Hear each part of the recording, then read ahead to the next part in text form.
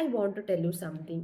ഒരു പരദൂഷനാണ് about university wits. 1580s ഓക്സ്ഫോർഡിലും കാംബ്രിഡ്ജിലും പഠിച്ചിറങ്ങിയിട്ടുള്ള English poets and playwrights ആണ് യൂണിവേഴ്സിറ്റി വിറ്റ്സ്.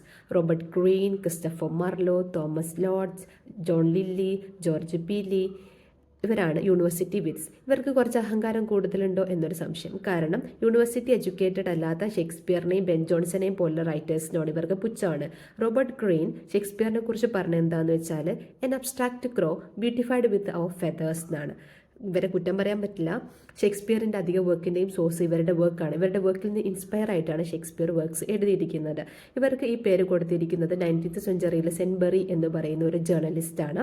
പിന്നെ ഇവർക്ക് തോമസ് കിഡും തോമസ് മിഡിൽട്ടൺ എന്ന് പറയുന്ന 2 റൈറ്റേഴ്സും കൂടി ഇവരുടെ കൂടെ വരുന്നുണ്ട്.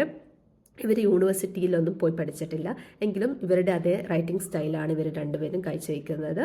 So just remember dum.